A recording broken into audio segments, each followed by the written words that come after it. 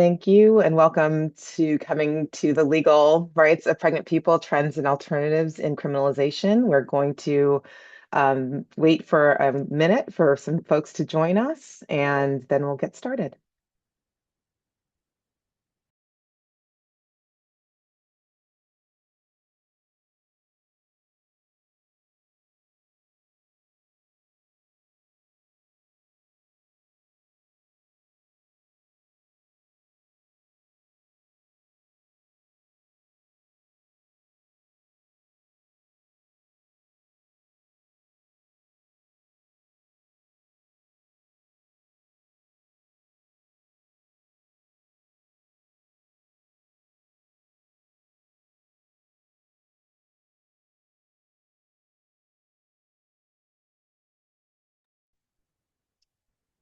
Okay, we have a great deal to get through today, so I'm going to get started, and folks will continue to come in.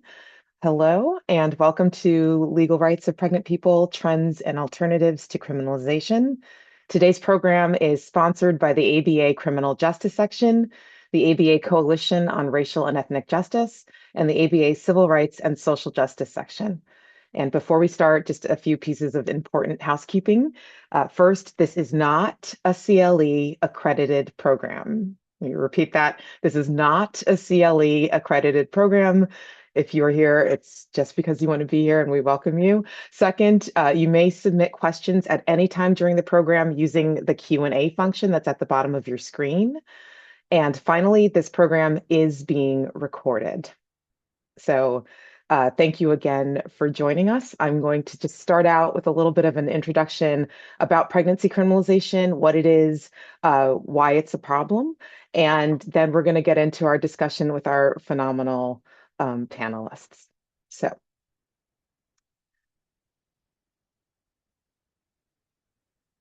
do the sharing here.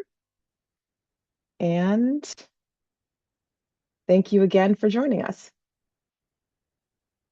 So Pregnancy Justice is a not-for-profit organization. We've been around for 25 years. My name is Karen Thompson. I'm the legal director at Pregnancy Justice, and I oversee the work that we do to advocate and defend the rights of pregnant people, no matter if they give birth, experience a miscarriage or a stillbirth, or have an abortion. And the vision of our organization is to establish a world where all people, regardless of pregnancy status or outcome, have the freedom to make decisions about their own bodies and to experience a life of dignity, equity, and respect. And the way we do that is in four kind of distinct pots. The first is obviously our legal advocacy. We represent clients who are charged with crimes or are facing civil sanction or any kind of threatened state action, or who are just challenging the constitutionality of a law. We have a very rigorous policy advocacy department when we work collaboratively with advocates, with organizations and policymakers at both the state and federal levels to advance pregnant people's rights. We have a deep well of researchers who research and document pregnancy-related prosecutions and their impact. And we collaborate with our allies and policymakers around training, research, analysis, narrative framing, and strategic counsel. So what is pregnancy criminalization? Pregnancy criminalization occurs when a woman or a pregnant person is arrested or civilly charged for reasons that are related to her pregnancy or pregnancy outcome. That's miscarriage, stillbirth, or abortion. Or when the terms of that person's bail or sentencing or probation are heightened because she became pregnant after being charged with an unrelated crime. So anywhere where being pregnant becomes a factor in some sort of prosecution is what compromises or what creates pregnancy criminalization. And foundational to this conversation is the idea of prenatal personhood. That's the idea that a embryo, a fetus, even a blastocyst has legal rights the same as you and me, everyone on this call. And without that idea, without this thought that the fetus has equal legal rights, pregnancy criminalization simply could not exist. And why is that? Pregnancy criminalization requires an idea of prenatal personhood because it is at the very tip of the iceberg of what justifies and carries out the criminalization. So, for instance, people have talked about abortion bans. We see people on the kind of grassroots level fighting to keep abortion from being banned fully in several states across the country. We see the chipping away post Dobbs of rights, even in blue states where it's getting harder to access abortion care. This is how we kind of see the issue of criminalization through the idea and through the lens of abortion bans. And again, embryos and fetuses, if they're given legal rights, that is going to go hand in hand, hand in glove with the harsh punishments that follow within the world of pregnancy criminalization. But that's only the very top of this iceberg. The fact of the matter is, pregnancy criminalization also depends on punishing someone's for their behavior while they're pregnant. So any behavior that's perceived to endanger a fetus is behavior that can be investigated and prosecuted. Similarly, if there's any pregnancy that does not end in a healthy live birth, that can be investigated and prosecuted because what did you do to to create that outcome, right? It's a blame-based system. And finally, if prenatal personhood becomes the law of the land, what it allows for is the government to fully override the fundamental rights of bodily autonomy, of bodily integrity, in service of the state's own desire to control and survey the individual's body. So why is this important? Why now? And the fact of the matter is pregnancy criminalization has always, always been with us. Pregnancy justice has been studying this phenomenon since 1973, at the year that Dobbs was decided. And what we saw was that between 1973 and 2005, there were 413 documented cases of pregnancy criminalization. From 2005 to 2023, there were 1,400 cases. And in the 2 years post-Dobbs, we've seen about 412 cases. This is almost certainly a massive undercount as our ability to find these cases gets sharper and clearer. And our research department is doing so much more of that work in the space. We know that there's so many more cases that are showing this. The Marshall Project just released a article this week talking about the number of cases of Child Protective Services reporting people to the police who are testing positive for drugs at birth, right? So these are things that we know are happening, and we're only seeing the very, very top layer. And the cases themselves fall into these five kind of very specific pots. We see people being criminalized because of their behavior during pregnancy, which can include things like falling downstairs, right? That has been used against people to demonstrate that they were trying to end their pregnancies. The very fact of pregnancy loss, having a miscarriage or a stillbirth, becomes suspect. The handling of a pregnancy loss, right? So if you have a miscarriage, into the toilet and you flush it, that can be seen as abuse of a corpse. If you dispose of fetal remains in the garbage, that also can be abusing a corpse. But even people who have brought their fetal remains to a hospital have been criminalized. So there's no actual right way. It's all just a massive amount of wrong ways that justify charges. Very classic forced medical interventions, and people don't want to have a C-section and are forced to do it anyway. And then a more modern issue that we've seen coming up in the last 2 years is the use of forensic investigative genetic genealogy testing, which is basically DNA testing of fetal remains that are then used to charge somebody with murder or similar crimes 20, 10, 30, 40 years later. So these charges usually are justified as child neglect cases, as manslaughter murder cases, chemical endangerment of a minor, delivery of drugs to a minor, a failure to report birth or death, and improper disposal of fetal remains. And it's really important to note what the parallel here is for. So if I say to you, okay, improper disposal of fetal remains or abuse of a corpse, that was a charge that was meant for people who were maybe engaging in necrophilia, right? Chemical endangerment of a minor was actually a law that was passed to protect children from being brought into meth houses or places where there's like fumes or chemicals that could harm a living child. But what we see is that these charges that are put together in one space to deal with a very particular harm are being applied to pregnant people's bodies in completely decontextualized ways that are only about surveillance, right? So now it's no longer about protecting an actual living child from a cookhouse. It is now about the pregnant person being characterized as a drug dealer if they are using drugs while they're pregnant and delivering those drugs to their own pregnancies. And it's these kinds of cases, the substance use during pregnancy cases, that make out the vast majority of the charges that we see, almost 398 out of 441 cases. And the next largest tranche is these homicide, these murder cases. And I think that those two things kind of speak to each other because, again, we're always seeing this slow creep of things moving from what the intent was to what they are now kind of being drawn out and defined to apply to pregnancy. And what's very kind of disturbing about all of these cases, and Ms. Fox will talk about this a little bit later on, is the fact that prosecutors aren't even really required to show any proof of harm to an actual living child, right? All they have to do is say, well, your behavior harmed this fetus and infant. And again, this goes back to this prenatal personhood foundation, that the very act that we don't agree with is enough to justify this charge. And more worrying is that all of these things, the drug charges, the kind of low hanging fruit of it all of these things are usually kind of kicking off in a space that was supposed to be about care. So people go, they've had a miscarriage, they've had a stillbirth, they go to the hospital for treatment, they go to the hospital for help.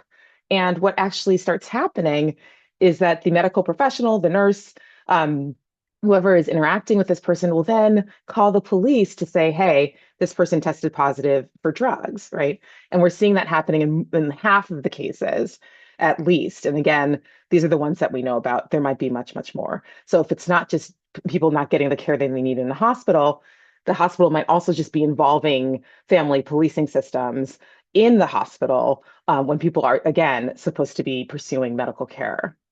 And that kind of lays out the kind of bigger harms that we're seeing in the pregnancy criminalization space. Family separation, people losing their children. We're seeing disproportionate enforcement, as with all things involving the criminal justice system. Financial capacity is always kind of a driver, but we also see some really deep social issues that the whole nation is kind of facing. And one of those things is kind of a demographic panic. And what we really know about reproductive rights and specifically abortion care is there is a linkage to this idea that white women are supposed to be reproducing the right white race. And so the vast majority of our cases involve white women. And I don't think that's necessarily a mistake because they're really the focus of the ire of certain, belief systems that think that they are not doing the right thing and so need to be punished for that.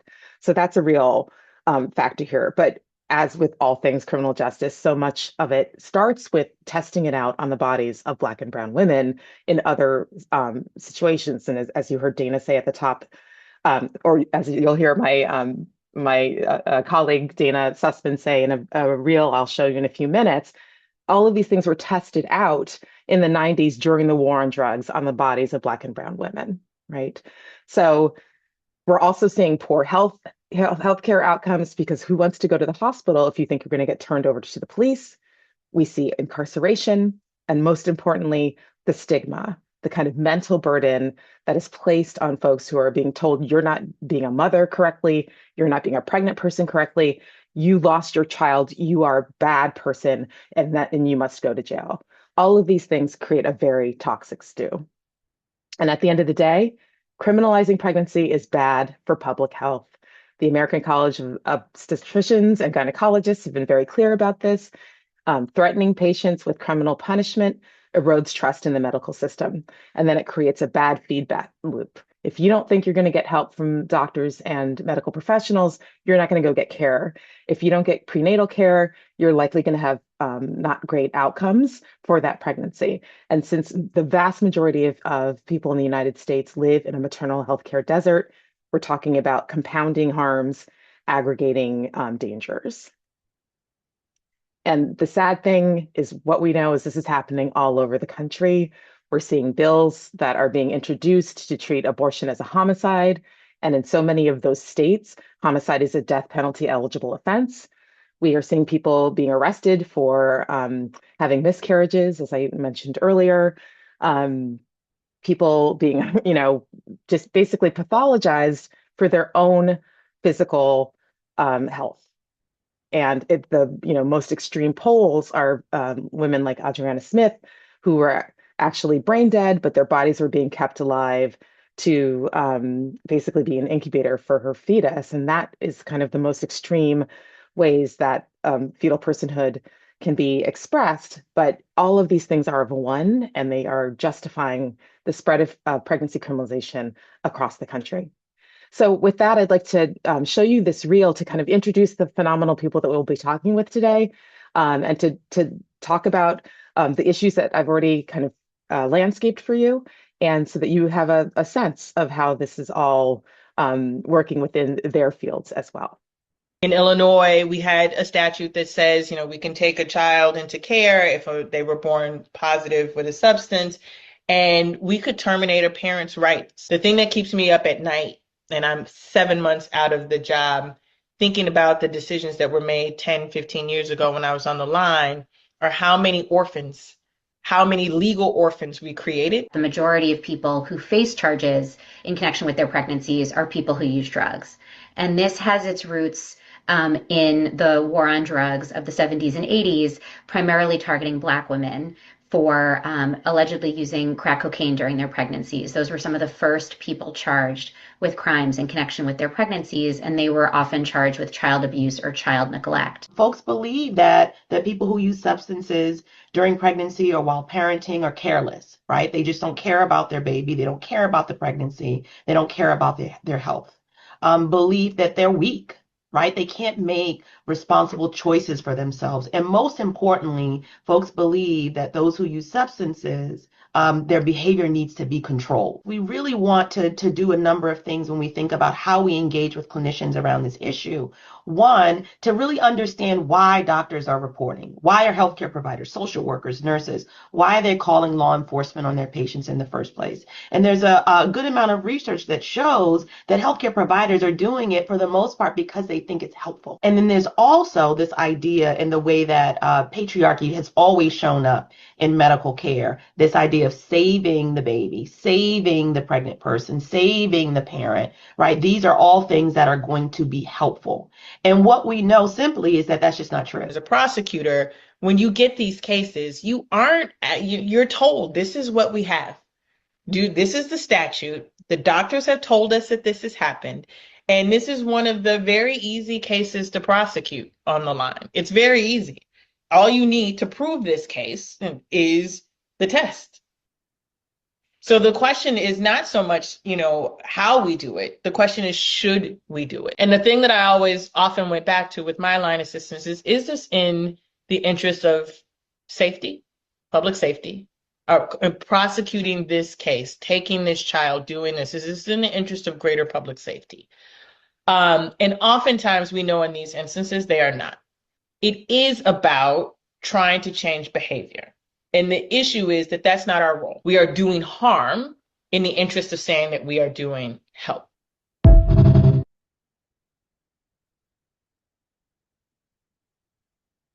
So I could not be any more honored to be able to speak to these really, truly phenomenal women today. So let me introduce them quickly.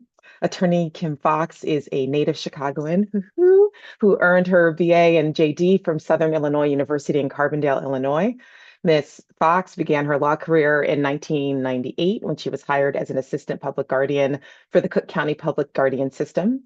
In 2001, Ms. Fox served as an assistant state's attorney for the Juvenile Justice Bureau, Child Protection, where she worked for 4 years. And by 2005, she was an assistant state's attorney in the Juvenile Justice Division. While at the Cook County State's Attorney's Office, Ms. Fox was hired as a faculty instructor at the National College of District Attorneys and also assumed the role of assistant state's attorney in the preliminary hearings, felony review, and sex crimes division in 2007. Ms. Fox secured the nomination for and was elected to be Cook County State's Attorney in 2016, and she was subsequently reelected in 2020.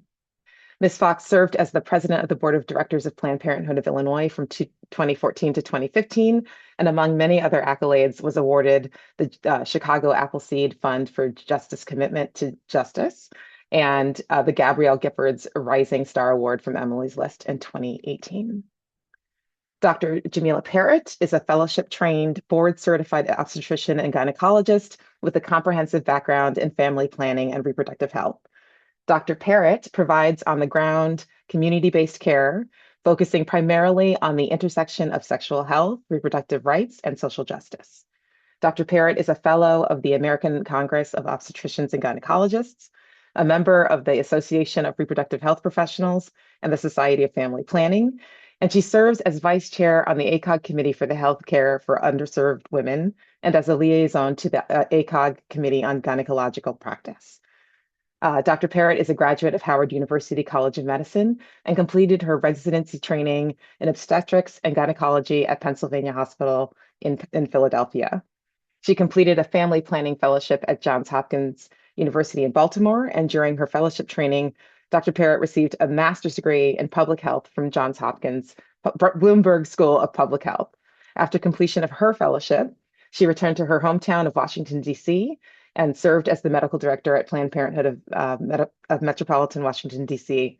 from 2011 to 2016. So welcome to you both, and let's jump right in. So Kim, let's start with you. All you need to prove the case is the test. So as someone who works on the other side of these cases, this is the line that we say all the time at Pregnancy Justice, but we say it to name the failings of the system and not any successes. But to this point, can you landscape for us what bringing a pregnancy criminalization case looks like? How would these cases be handled from kind of initiation to charge? What would be a common fact pattern? And what would be the penalty? Certainly. First of all, thank you for having me for this very timely and important topic. And it is such a privilege to be back here with Dr. Parrott again to discuss this matter. Um, Listen, as I said in the reel, as prosecutors, we're lawyers. We go through 3 years of law school. We do not have the extensive training that you just outlined for Dr. Parrott and what it means to be not just a doctor, but an obstetrician and a gynecologist and know all of the intricacies of the medical care of women. What we are trained to do is to look at a statute book and see if a crime has been committed, whether the facts, the evidence, and the law can allow us to prove the crime, and then we go from there. And so I start with that because all of this medical terminology, the intricacies of this, prosecutors are heavily reliant on doctors, right? So on the statute book, when I was working at the public guardian's office, I'll start right there at the beginning of my career. A significant portion of the cases that came to our office, and as a guardian, I represented children who were entangled in the foster care system. A significant number of those children were children who were removed from their mothers, their families, because of allegations that they were exposed to drugs in utero. And so, if that's the allegation, if you are exposing your child to drugs in utero, and it said child, that is a basis for us to be able to remove that child from your care. And in order, so back to what we do in law. The law says, did you expose a child in utero to illegal substances? How do we prove that? We get a test, a toxicology screen from the hospital. If the toxicology screen comes back positive for an illegal substance, we can prove our case. It really is that simple. And so you are having lawyers with no real medical expert training given a statute that simply said, can you detect the presence of an illegal substance? And then next up, if you can, you should move to have that child removed. That is just as simple as it was. And as I noted in my comments previously, it's not really difficult. These aren't whodunits. These aren't like we're combing through piles of evidence. It really is a toxicology screen. And that made up a lion's share of the work that we did. And so hospitals were becoming the repositories for these cases. And oftentimes we saw the public hospitals, Cook County Hospital, which is our largest public hospital in Chicago, one of the largest public hospitals in the country, were routinely doing these tests and submitting those results over to the Department of Children and Family Services, who will ultimately bring them to us. And lost in that equation is, were the drugs causing harm? What was the intent? A clear ignoring of an issue of maybe of someone dealing with substance use disorder and what we know the science says about that, and just going straight to criminalization. That's how you see a number of these cases um, come before the prosecutor's offices. And as you indicated, there are multitudes of other ways where we see pregnant women who maybe have lost a pregnancy through miscarriage and disposed of the remains and being charged with, defiling a corpse. Um, again, not paying attention to the science or understanding the science, appreciating what miscarriages look like, how one passes the remains through the body, what comes with that. It's, did you call a hospital? Did you do anything to alert authorities that you miscarried? And what I'm sure Dr. Perry will tell us, because she is the expert, is the prevalence of miscarriage among people who are able to get pregnant. Is it's prevalent, but we know that, and yet we act as though there's a criminal intent to the way that women respond. So that those are just a couple of the ways that it is not rocket science in the ease by which we can criminalize women in the name of public safety. Fabulous. Thank you. And so okay, so let's just go straight to you, Dr. Parrott, because your line, I think that I want to pull out of that reel is, look, there's a real patriarchal influence here, and there's a need that the people feel to save the baby and to save the parent.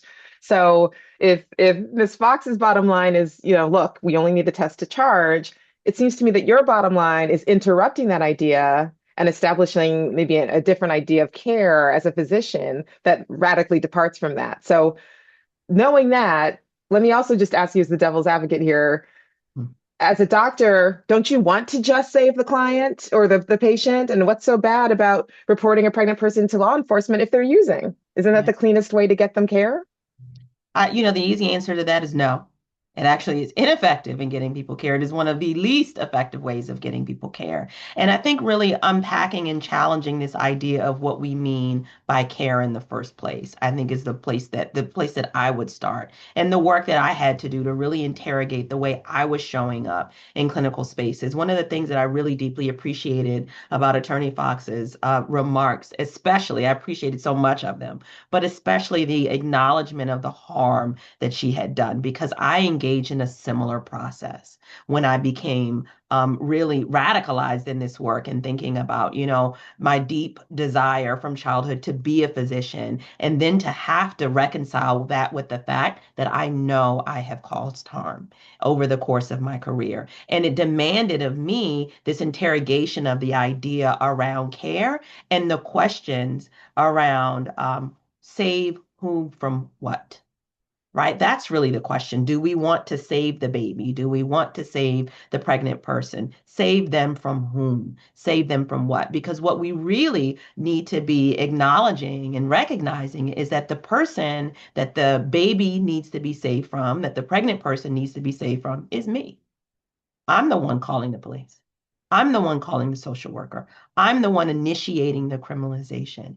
And if I can understand, recognize, acknowledge, and contend with the fact that they are not receiving care through this reporting process, they are not receiving help, they are not receiving support through this process, then what does that say about me? What does it say about the kind of doctor that I am? And that work is harder to do with healthcare providers for lots of reasons, right? One, because as physicians, we're trained to believe that we are uniquely good. So to be confronted by this idea that we are doing harm, it really screws up your idea of your sense of self. For many of us, and I imagine this is similar to attorneys, but our identity is so closely tied to our profession, especially because we spend our entire youth pursuing it in educational settings and processes, right? Then to say that not only am I a bad doctor for me, then that means I'm a bad person because a doctor is the kind of person that I am. So I think really reconciling that in our own minds would be the first place to start. This is not about whether or not anybody needs to be saved, right? No one showed up for care that day because they were like, please save me from fill in the blank, right? But instead are seeking support. And so I think about healthcare providers as navigators to through the care process, not dictators, not folks that make that determination from them. The other thing that I would offer in terms of why it is really critical that we interrogate this idea, this saviorship that comes through the medical profession, is because what we're being asked to do as clinicians is to become arms and agents of the state. I know that wasn't why I went to medical school.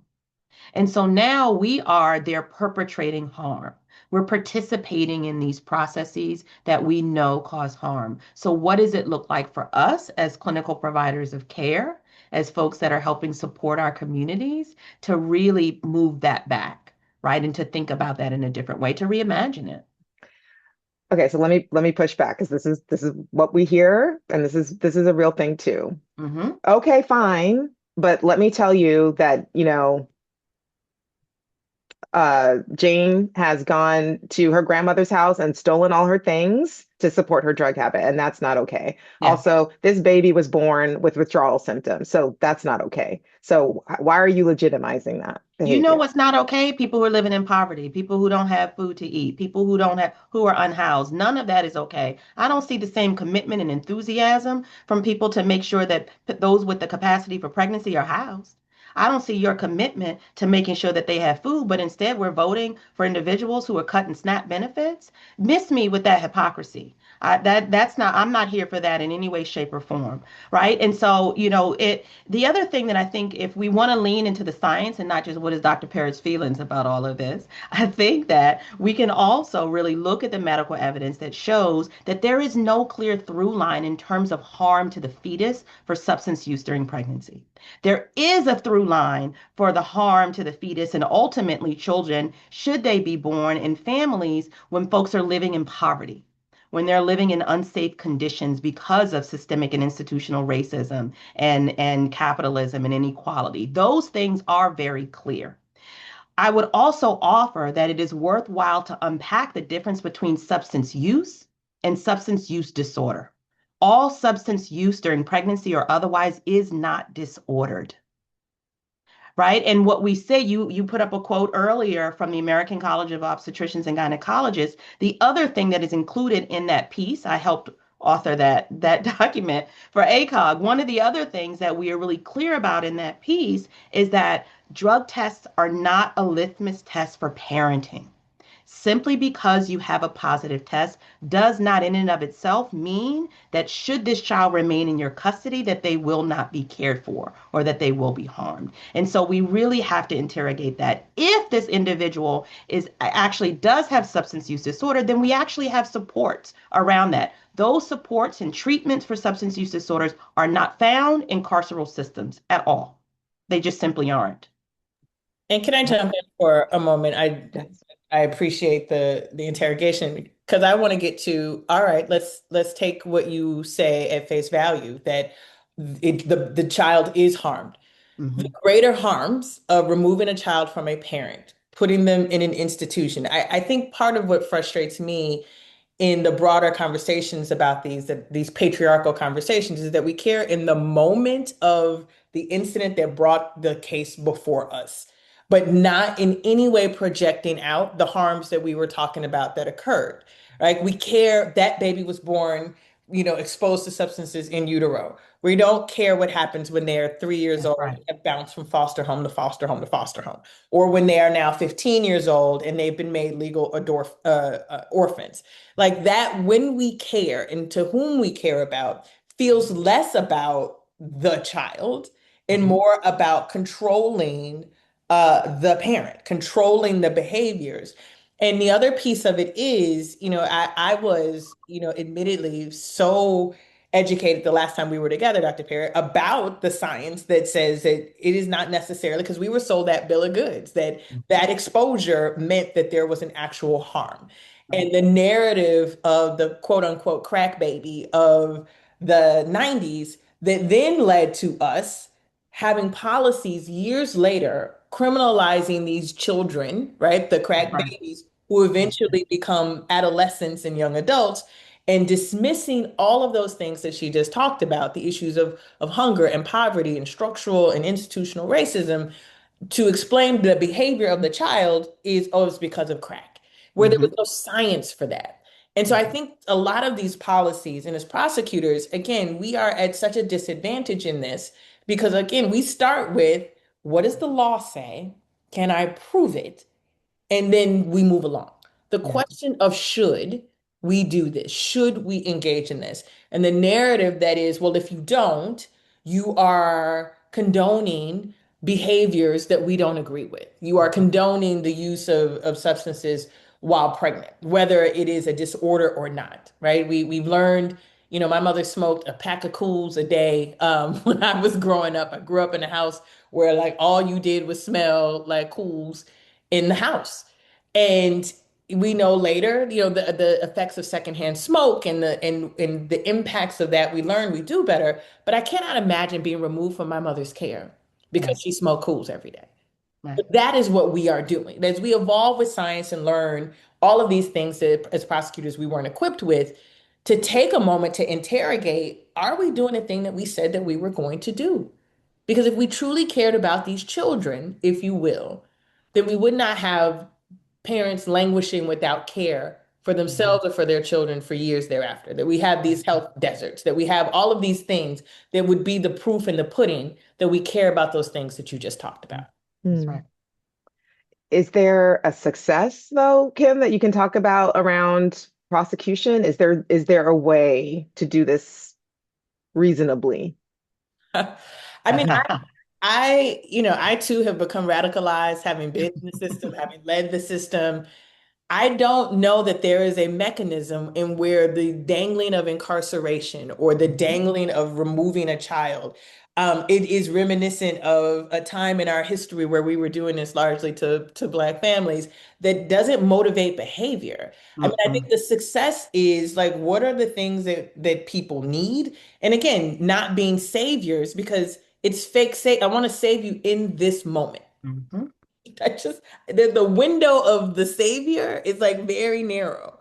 Success to me is how do we partner with organizations like with Dr. Parrott to educate our teams to be able to say, okay, incarceration isn't it, but if we need to intervene, what does that look like? What are the Mhm. supports? I would love to be able to see more supports in communities where we see it, people who come through Cook County Hospital, they're coming because they don't have health insurance.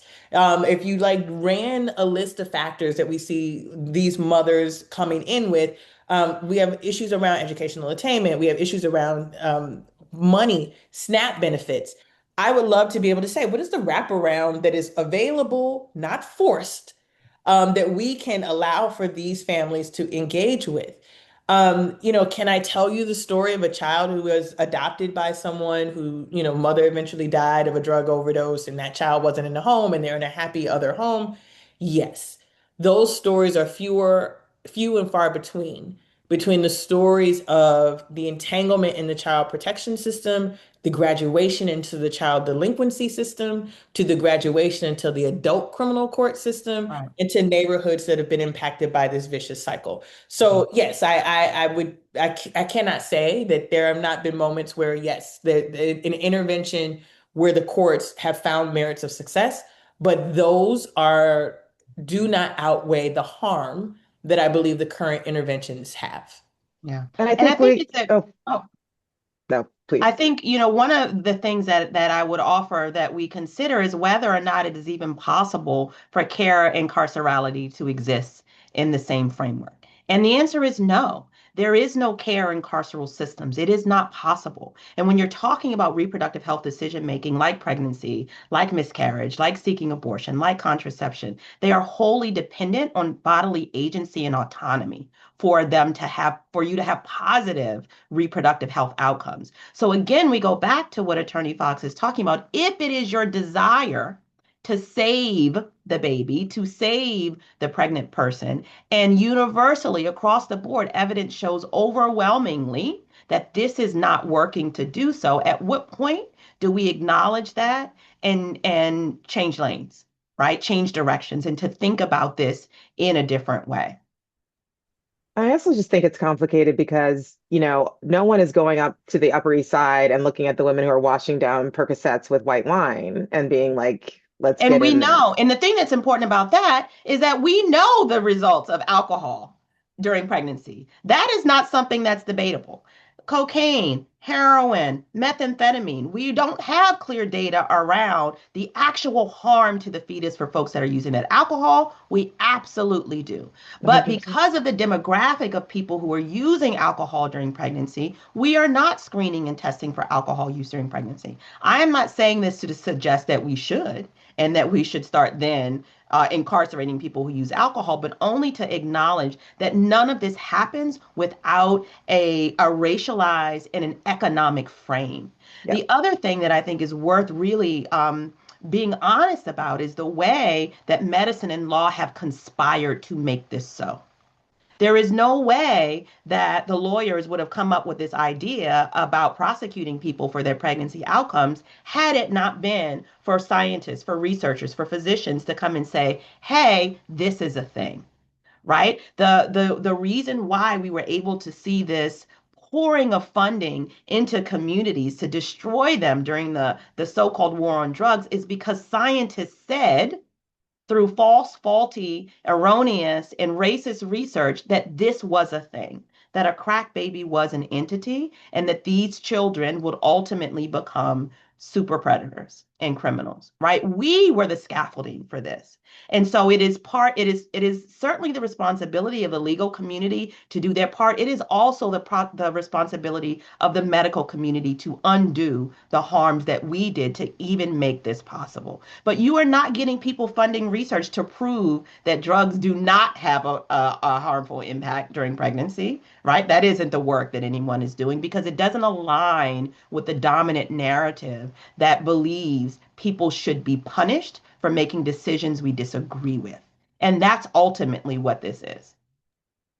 I just want to re-uplift to the folks who are watching that you can put questions in the Q&A. We're happy to have a discussion about anything that you might ask as we go on.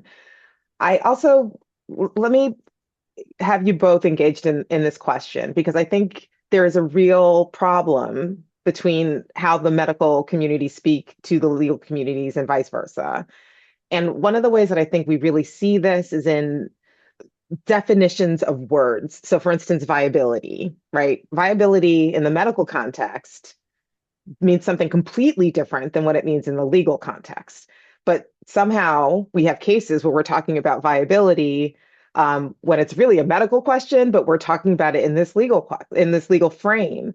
So how do we get over that gap? I hear what you're saying, Dr. Parrott, about having to have different discussions. I hear you, Ms. Fox, talking about how are we going to, as lawyers, how are we going to have a conversation about a statute with this other kind of way Yeah. of being and thinking?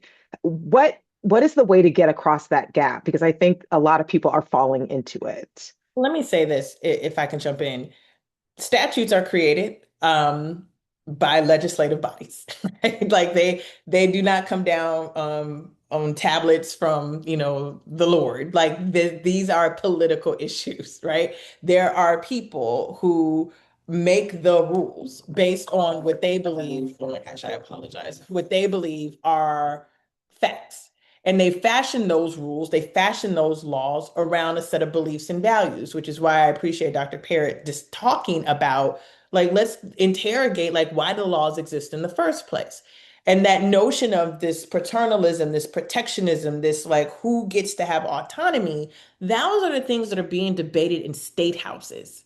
And so you, as a doctor, know that viability means something completely and utterly different than the manipulation of the term for purposes of a law.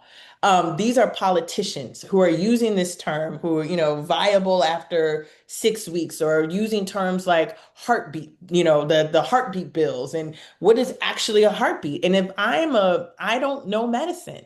And so if I hear something as simplistic as, well, there is a heartbeat, and once there's a heartbeat, as a lawyer or practitioner, it's like, oh, okay, that makes sense to me. And so I think that there's not even a dissonance. I think sometimes there's a willful ignorance or a willful shunning away. And so I appreciate Dr. Parrott's like, taking responsibility of what the medical community does. But I also know that sometimes people don't want to hear what the actual answers are because there is an agenda that is being surfaced. These statutes, and we're seeing it particularly right now in this post-Dobbs era, where science be damned. Like you can write like all of this out and do all of the trainings, and you will see places like Georgia or Alabama, and other places, who are using language, creating statutes that are flying in the face of what medicine tells us. And so I'm deeply grateful when I see um, places like ACOG come and say, look, we got to say something about this, right? We had the conversations around mifepristone, and it's like, what is this? Watching this play out, those are political acts. And what is the tension here is that I'm responding to political agenda. Dr. Parrott is responding to medicine, but the impacts hit everybody. That's And right. so that's the tension. It's a fake tension. It's just a reminder I get my tablet of laws from people with political agendas. Mhm.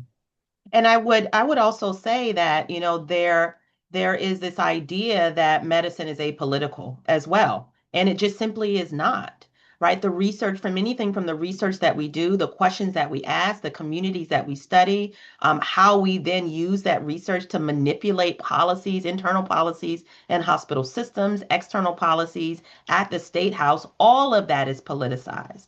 And so, but we are taught to believe it through medical training that we are objective.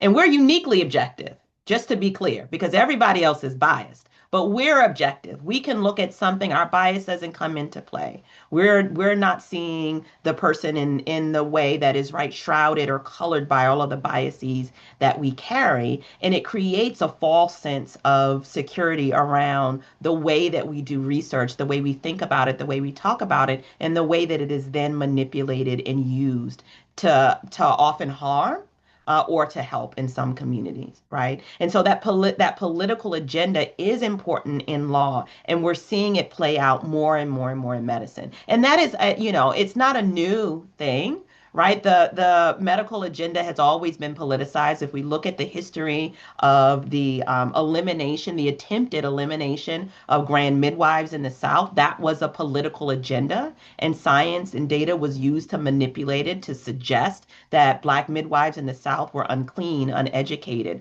causing harm so that it could create a space for white male doctors to come in and take over reproductive health care. That was not apolitical. That was absolutely a political decision. And so we're seeing it play out here.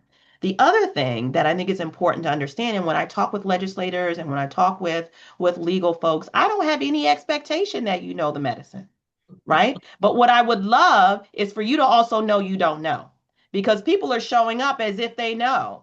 And so all of these conversations become based in misinformation and disinformation. There is a reason why I spent 15 years in school and in training to be able to do this work. The idea that you should be able to have that knowledge and then use it to absolutely change someone's life, because that is what we're doing, I think to me is arrogant at best and absolutely violent at its worst. right? And so to be really honest about what we know, what we don't know, and it's also the reason why at the organization that I lead, Physicians for Reproductive Health, we talk quite a bit about the fact that politics has no place in medicine. We should not be legislating medicine because it is ever changing. First and foremost, right? The thing that I can spout all the data today and the data that I would have given you on the same issue today is going to be very different than what I would have said 25 years ago. It's going to be very different than what somebody else, because I'm not going to be doing this in 25 years, somebody else would say in 25 years from now about these same issues. But because we have an allegiance to power hoarding, to the hierarchy embedded in medicine and science, all of this happens behind this, Wizard of Oz type curtain, and we pretend like we are all knowing, that we have all the answers, and that the things that we're telling you are 100% correct. And that is simply not true. And it undermines faith in medicine. Certainly faith in the law when it is used this way, but absolute undermining of faith in medicine and science because it can be manipulated because we are dishonest about the scientific process. Great. So we have some questions coming in. So I'm going to give one to both of you. It's 2:50. So hopefully we can get them answered before our 3 o'clock hour. Let's start with you, Ms. Fox. Someone has asked, in general, how do prosecutors and people working in the court system know of someone's pregnancy status if she's not showing and if her offense is not related to her pregnancy? I'm thinking about how pregnancy status might influence prosecution and sentencing. Yes, certainly. So in most instances, we're not asking people about their pregnancy status. That is not our business unless someone chooses to share. So the general way that we would know about it is, one, if they have come before us because they tested during pregnancy or the charge is related to behavior while pregnant. But otherwise, we wouldn't know and shouldn't know. There are a number of prosecutors' offices across the country. Chesa Boudin, who used to be the district attorney in San Francisco, had a program, a diversion program for pregnant and parenting people to keep them out of the system, which then would have people self-identify as being pregnant to be able to avail themselves to services. But historically, we're not in the business of asking if it is not conditional to the case that is before us. And so that is the tricky part, right? Like I think the desire to be able to recognize that there should be afforded some protections. Again, the carceral system, particularly for anybody, should be, used minimally for those who pose the greatest threats to others who need to be separated. Like, let me say that we've overused these systems. The harms to those who are pregnant in those systems, in carceral systems, while needing medical care for themselves and for their fetus is just not ideal at all. And we have not caught up. It is really one of the most shameful parts about the carceral system is that we recognize that we have people who are pregnant, who may be pregnant, and there's nothing that is built in that recognizes the nature and level of care that is required. But we are not in a position to ask if it is separate and apart from what brought the case in. And I think what's particularly kind of thorny about that is I think there are a lot of judges who are like, oh, just stay in and dry up. Like someone's just drunk and like being loud on the street. They're just like, no, just if you do have a substance use problem, we're just going to send you to jail because you'll just get sober while you're in jail. And then what happens, like as we've seen in some of our cases, is someone ends up, laboring for 14 hours on a jail cell floor and not getting any help. Yeah. Right. So, And, and I think part of it, I think it's important to say that as we own the harms and the appreciation, the evolution of medicine and law, lawyers are, I would imagine, second to doctor or prosecutors, not even just lawyers. Like we represent the state, we represent the people, we represent victims. Like we are second in the God complex, I would suggest. But we are not trained in any way, not even just about the science, but what are the alternatives? If the only like model that we have is carrot and stick, that trying to have a doctor or a judge or a lawyer think creatively to say, because this is all we have. And it is really difficult to tell someone in these positions, okay, we do nothing. The notion of doing nothing, which sometimes is just right. So it's just doing nothing, is really hard for folks who believe that are supposed to be the people with answers to say. Yeah. And I think to be clear, the reason this is all we have is because it is all we've invested in. We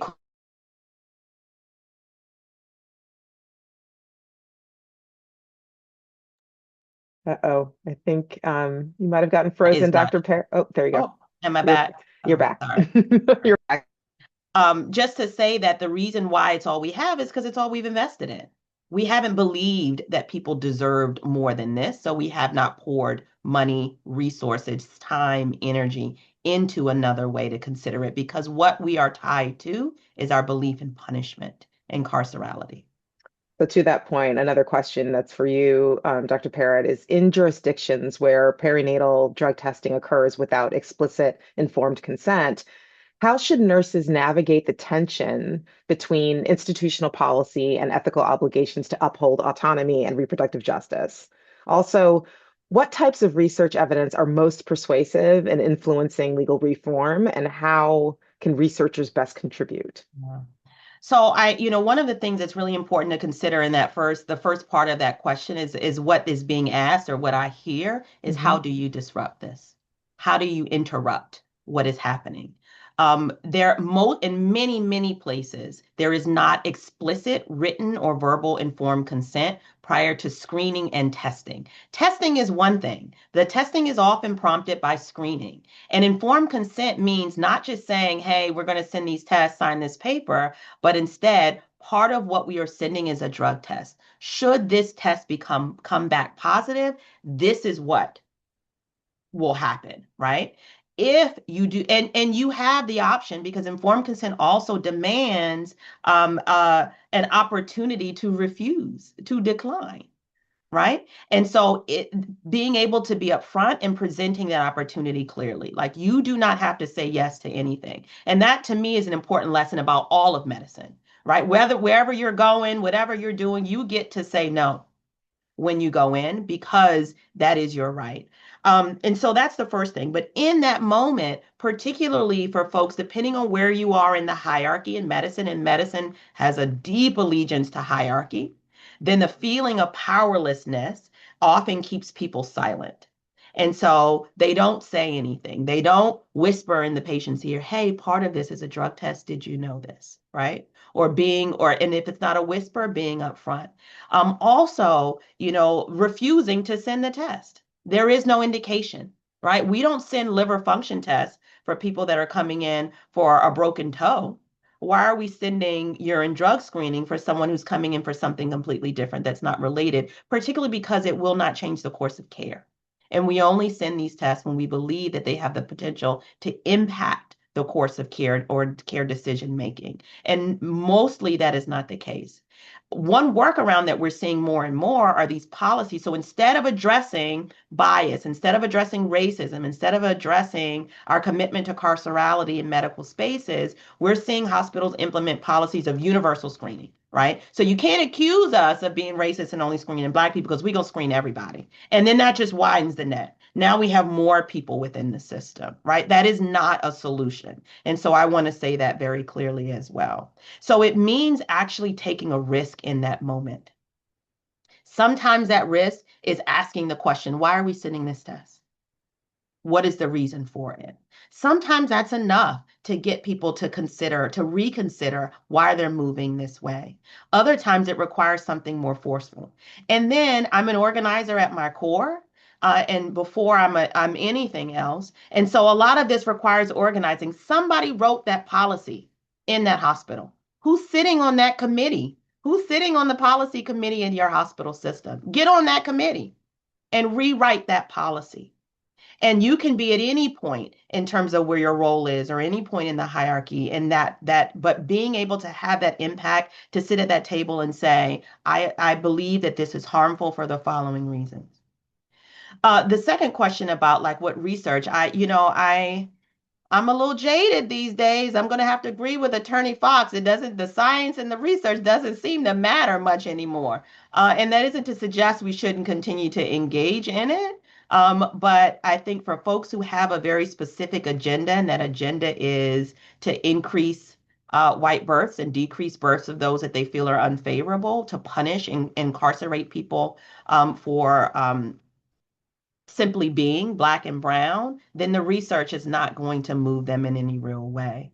But I will offer that the way we consider research it also needs to be reimagined, right? The people who are doing the research universally don't look like me. Yeah, They don't look like the communities of people that are being tested and incarcerated.